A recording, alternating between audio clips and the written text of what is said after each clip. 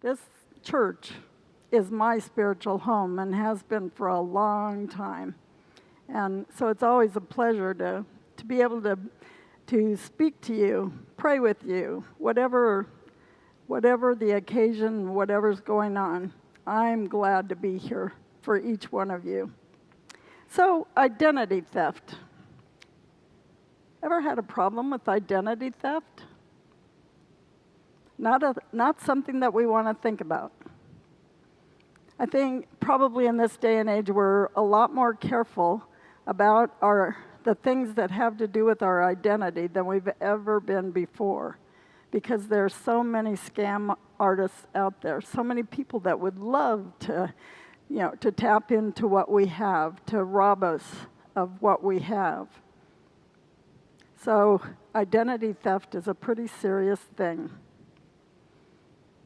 There's other ways of losing your identity. We don't really think about other ways, I don't think too much. But one of them is the self-talk that we have. We forget who we are. Do you know who you are? If I were to ask you, who are you? What would you say? You may talk about your name, your family, your children, your job, all those kinds of things. And that's where your identity comes from. My identity, so many times. I was very proud to be a registered nurse and to do a lot of hospice work. And so, sure, I let people know that. That was my identity. And then I took on this new role. That's where I met Kim O'Connor. She was a year ahead of me at Unity School. And yeah, a new identity. You know, my husband was with me at the time at school, and he says, Sandra, that is my given name, by the way. Sandra, you're the only one that thinks you don't belong here. Because I was so scared. I thought people were surely going to find out that I didn't belong here. And I'm very grateful that I stuck it out, because I know who I am. You know, I belong here.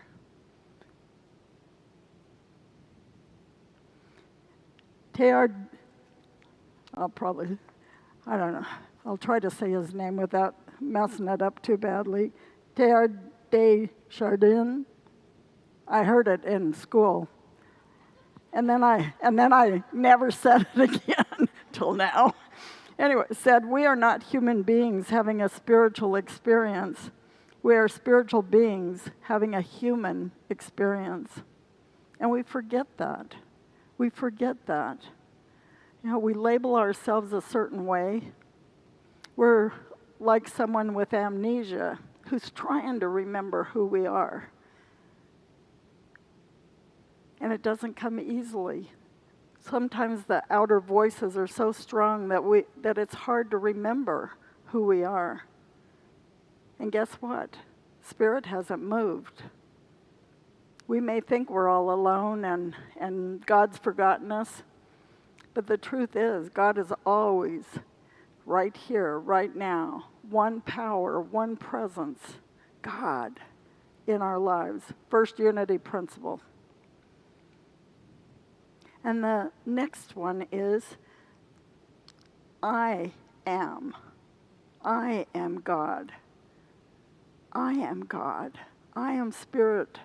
I am a beloved child of God. That's who we are. Now, we're not the only ones that have problems with identity theft. I'm sure you probably think it was all in this day and age, right? Well, it's kind of my job, I think, to let you know more about the Bible than a lot of people talk about.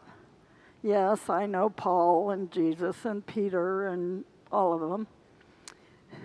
But one of my favorite things to do is to bring you scripture that you probably haven't heard a lot. So I'm going to tell you about this family that got together well, actually, the mother and son, got together and they decided that they were going to rob the older son of his identity. Now, you may have heard of Abraham, and he and his wife had a son named Isaac. I'm just freshening up the details here a little bit. And then, and then Isaac had two sons, Esau. Oh gosh. You don't know, you gotta help me. All right, I gotta look, sorry. Esau, I'll know it as soon as I look at it. Jacob, right? Yeah, Jacob. Anyway, so Isaac's getting ready to die. You know, he's been around for a long time. In those days, they lived hundreds of years. And he's about at the 299th or whatever. I'm not sure about that. You can fact check me later. But, you know, Isaac's getting ready to die. And Rebecca, the mother of the two boys, wants to make sure that her favorite son gets the blessing. Now, in those days, the older son, the older child, I'm sorry, it is all about the men in this, but she wanted to make sure her favored son got the blessing. So Esau was a hunter, and he went out, and he was going to get the best piece of meat. He was going for venison, and he was going to get his father the best food that there ever was. As he's dying, he wanted to make sure, because he knew that he was going to get the blessing. So he was out hunting, and Rebecca's like, come on, Jacob, we're going to figure this out. She says, you're going to go in, and you're going to take this savory meal into your dad. And he will think, you will tell him that you are Esau. And he's like, if he finds that out, I'm going to be out of here. And she says, don't worry. And he says, but I'm not a hairy guy like he is. She says, don't worry, we'll fix it. So she puts him on, she dresses him up in one of Esau's outfits. I was going to say dresses, but robes, whatever you want to call those things they wore in those days. She makes him wear one of Esau's outfits. And then they take some skins, you know, that had hair from, you know, had fur, and places them on his hands and on his arms, so that if Isaac decides he wants to love on his son, that he'll think that that's Esau. So she prepares the food, he's all ready, and he takes the bowl in with this food, and you could just, you know, meat and bread, and they weren't vegetarian, sorry. But she takes this food into him. I mean, he does, sorry, anyway, he takes the food into Isaac, and Isaac says, who are you? And he says, well, I'm Esau. Voice is a little bit different. Oh, you're Esau. He's, oh yeah, you're the hairy one, you got to be him, right? And so what happens is that Isaac gives his blessing that he normally would have given to Esau, he gives it to Jacob, the second son. And off Jacob goes, and here comes Esau. He's fixed this meat. He's fixed this flavorful meal for his dad, and he comes in and offers it to him. And Isaac says, well, who are you? What's this? He says, I'm Esau. I'm your oldest son. He says, well, who was the other guy that I already gave the blessing to? So see, things happened in Scripture, or at least it's a good story that helps us to know and to be able to look at and think about our own lives. Are there areas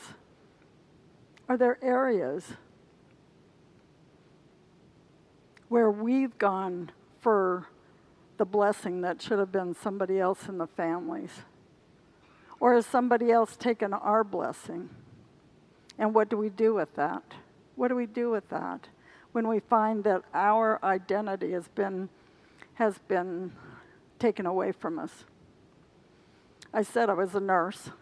I used to work up on in Winslow, standing on the corner, all that. Everybody knows the song. I didn't learn it until after I moved away from there. But I used to work for the Indian Health Service when I was up there. And I worked in a clinic, but we also had urgent care where they would bring in people that had problems that needed to be seen right away. Well, this girl comes in. They've got her on a gurney, and she was restrained. She had overdosed, on alcohol or drugs. I don't remember, but she's on this gurney, and she looks up at me and she says, "You white woman!" I know. It's true, I am a white woman, but the way she said it, it had nothing to do with being a compliment, believe me. So see, other people can try to rob us of our identity. And the truth is, it takes time. It takes time to remember who we are. It takes time to get quiet and to listen. And that's what meditation is about. Taking time just to get quiet, to remove ourselves from the distractions of life. I know, it's hard. You got to turn off the TV. Gotta just find a quiet place where you can just sit. I happen to do a meditation most days that is journaling. I play music that affects the way that your brain waves are working. And I journal. And mine is a gratitude journal. I write 3 pages of what I'm grateful for, including this congregation and my coworkers. But taking time just to be still, close your eyes and feel the presence of God. Feel and smell the beautiful flowers that we have now in the springtime. All the creation that we've been given helps us to remember who we are, beautiful children of God, that we can remember. Because sometimes it's hard. Sometimes as ups and downs of life, we forget who we are. Or at least I do. Maybe you don't, but I do.